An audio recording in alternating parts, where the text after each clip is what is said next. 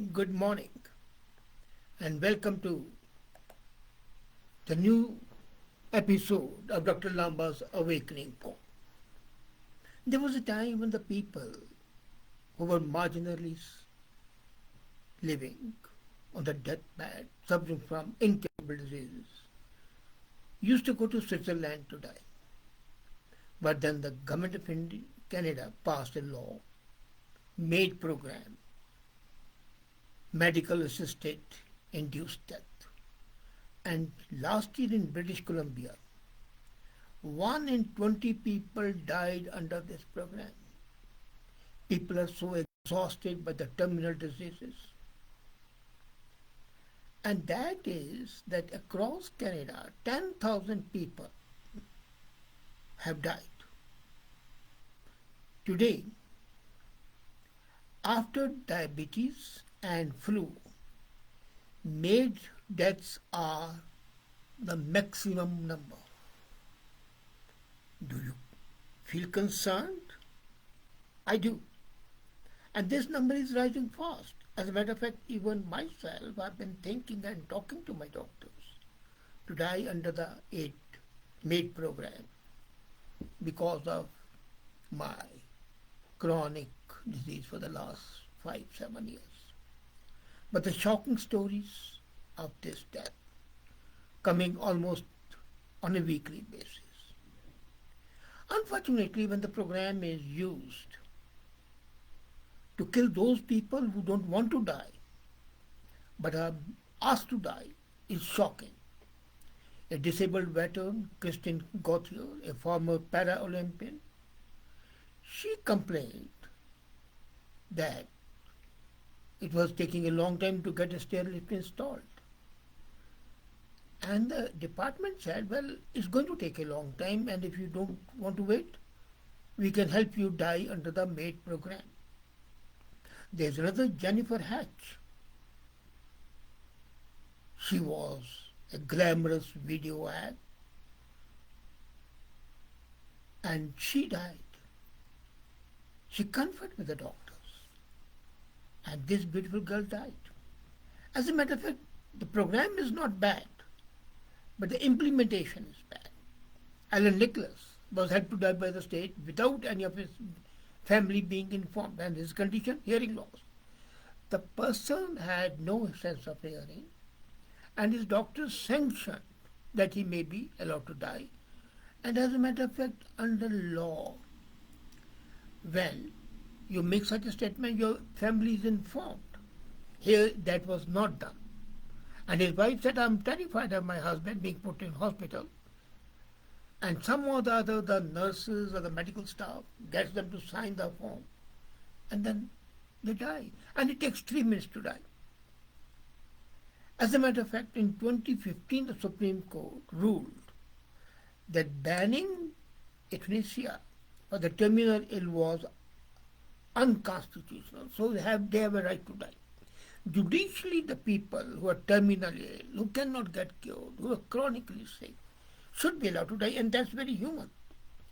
Especially looking at the Medicare in Canada, where the waiting time for the specialist is 6 to 7 months. In my own case, they wanted to have an MRI done on a urgent basis in November, and then they were informed that it will be done in May this year, after 8 months. So my doctor took umbrage, and it was got done on a priority basis. But then, how many doctors are that conscientious? So in 2016, Government of Canada passed a law allowing it, but it's only for the sound-minded adults with enduring and intolerable suffering whose death was reasonably foreseen. So you had to be suffering and you had to be dying, then you could avail of death. But a person who is having a hearing loss was having a difficult life, but not something which was fatal.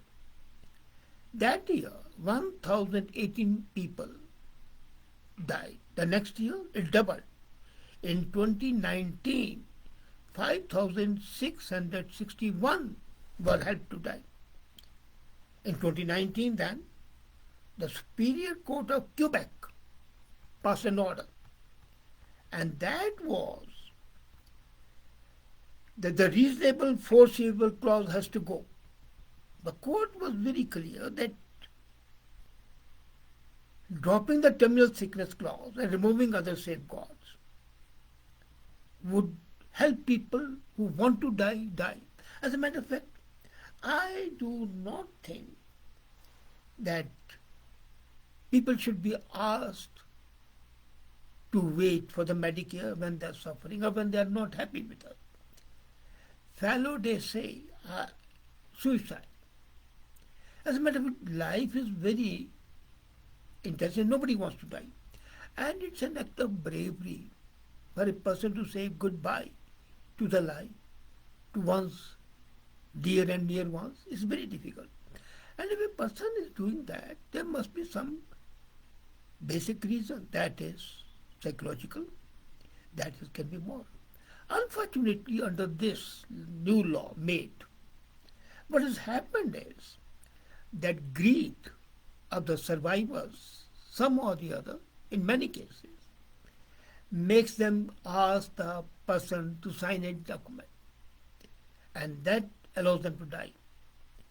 Most of the people who are dying lose their life, ability to live a normal life, are pain. 17% people who want to die complain of isolation or loneliness, and that's one of the biggest factors. In Canada, the social life is zero. And when human beings don't interact with each other, then they think their life is not worth living. And that is one of the main reasons that those cases of isolation go into a mental paralysis. And then they say, what are we living for? And then they go to the doctor, sign the sign. 37% think it's financial. They're a burden on the family, on friends and caregiver. Even that's right. And the situation is still horrible in the old age homes, where the nurses and the caregivers don't care. And if they care, they are not in sufficient number to care. So they die. There are signs that this is being pushed as a cheap alternative to keep disabled people alive. At that time it's bad. So this good program, this year, they have passed under law that people who are mentally sick, depressed, should also be allowed to die. And this clause will be misused to a great extent.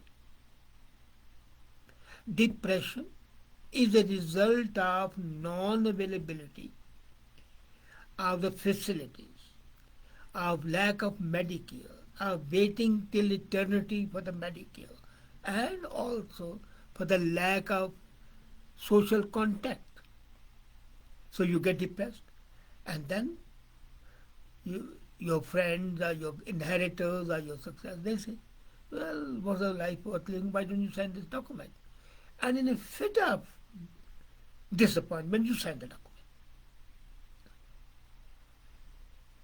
In 2017, Canadian Medical Association journal estimated that this is very useful economically. And this is something which is amazing. They say that if this act is followed properly, the Canadian healthcare system would save about $135 million a year. So, cost has to be part of the discussion, they say. So it is.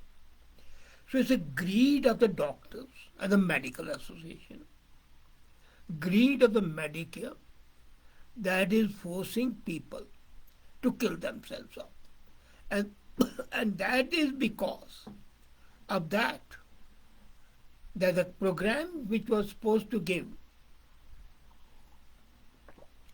people the right to die with dignity, that aim is defeated. The Canadian media is full of the stories of people choosing death because it's difficult, because it's expensive.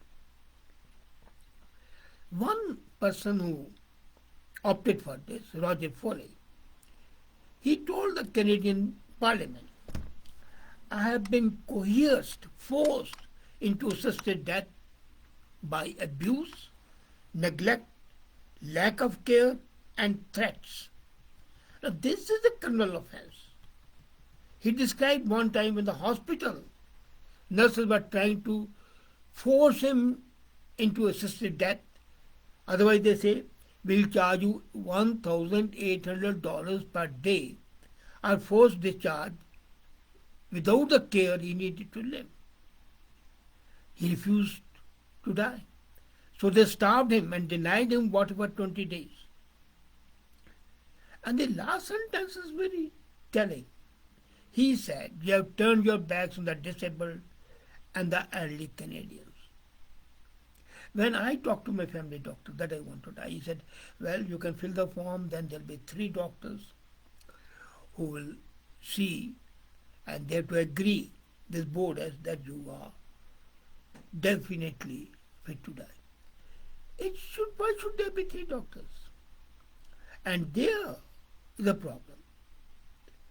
You see, if the Medicare is instant, then why cannot we spend this money we save in expanding Medicare? And that's not being done. Canadian law is possibly the biggest existential threat for the disabled people since the Nazi programs in Germany. And this is not my statement, it is a statement of the director of the Canadian Institute for Inclusion and Citizenship, Tim Stanton. He was very clear. He says that this program is akin to Nazi program of 1930s. Can there be anything more shocking? I don't think so.